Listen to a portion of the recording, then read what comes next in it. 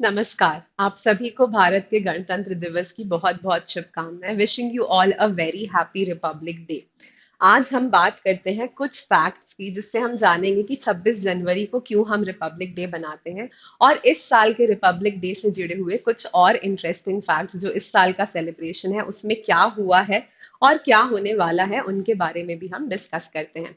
तो 26 जनवरी को हम हमारा रिपब्लिक डे बनाते हैं क्योंकि 26 जनवरी 1950 को हमारा संविधान लागू करा गया था।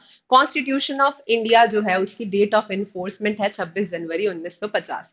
कॉन्स्टिट्यूशन ऑफ इंडिया बन के तैयार हो चुका था 26 जनवरी 26 नवंबर 1949 को, पर हमने इसका एनफोर्समेंट 26 जनवरी को करा। 26 नवंबर 1949 में ये हमारा कॉन्स्टिट्यूशन बन के तैयार था, पर हम 26 जनवरी तक हमने इंतजार करा इसको लागू करने के लिए, क्योंकि 26 जनवरी 1930 में 26 जनवरी 1930 को इंडियन नेशनल कांग्रेस के लाहौर सेशन में हमने एक पूर्ण स्वराज या complete independence from Britishers declare कर दिया था। और इसी वजह से हम चाहते थे कि इस तारीख को हम किसी ना किसी तरीके से हमारे हिस्ट्री में सिग्निफिकेंट रखें, और इसलिए हमने इंतजार करा 26 जनवरी को अपना संविधान लागू करके इसे अपना गणतंत्र दिवस बनाया।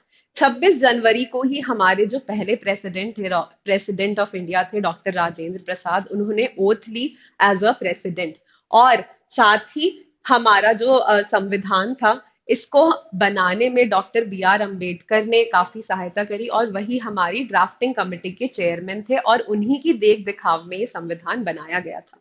जो हमारा रिपब्लिक डे सेलिब्रेशन होता है, 3 दिन का सेलिब्रेशन होता है, जिसमें 26 जनवरी को हमारी परेड जो है वो कर्तव्य पथ पर शुरू होती है, और 29 जनवरी को ये सेलिब्रेशन खत्म होता है जब बीटिंग रिट्रीट विजय चौक पर प्रेसिडेंट के सामने करी जाती है।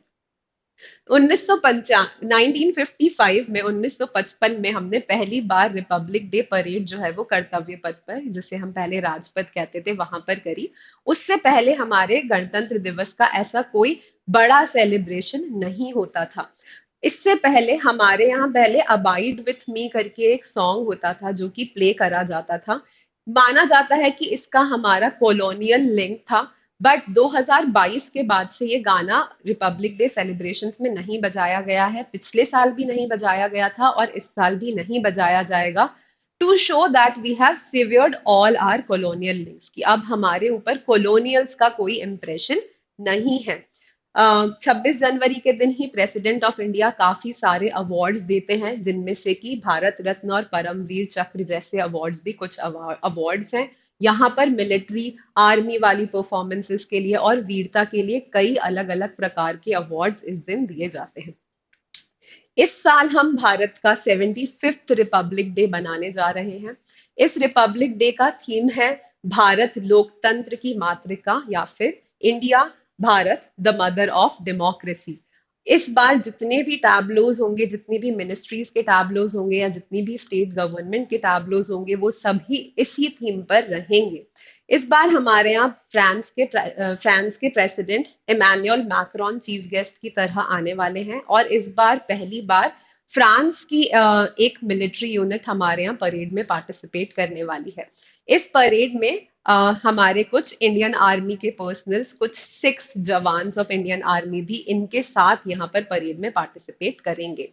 और इसके साथ साथ ही इस बार अ, हमारे यहाँ फ्रेंच बेस्टाइल डे के दिन इंडिया की स्क्वाड्रन लीडर सुमिता यादव ने पार्टिसिपेट करा था जब फ्रेंच बेस्टाइल डे की परेड हुई थी। वो फिर से यहाँ पर रिपब्लिक डे ऑफ इंडिया की परेड में भी वो भी पार्टिसिपेट करने वाले हैं।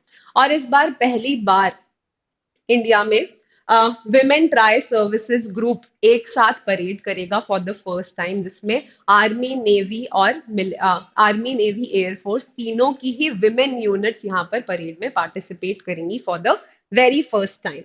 हम काफी सारे हमारे इंडिजिनियस वेपन्स को भी इस बार डिस्प्ले करने वाले हैं, जिसमें कि हमारा चॉपर प्रचंड, जो कि ऑलमोस्ट 16,000 मीटर तक की हाइट पर उड़ सकता है। वॉर टाइम्स में ये हमारा हेलीकॉप्टर है जो कि इंडिजीनियसली डेवलप्ड है, इसका हम डिस्प्ले करेंगे। हमारी एक मल्टी बैरल रॉकेट लॉन्चर है जिसका नाम है Pinaka, this will also be displayed this year. और नाग जो कि एक एंटी टैंक मिसाइल है, ये सब भी इस साल रिपब्लिक डे में पार्टिसिपेट करेंगी।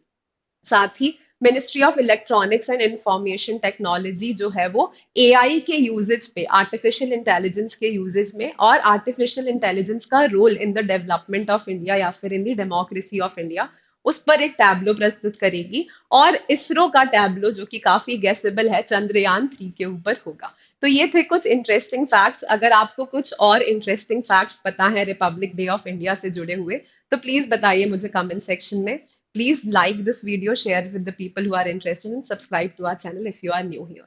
Wishing everyone once again a very happy Republic Day. Take care.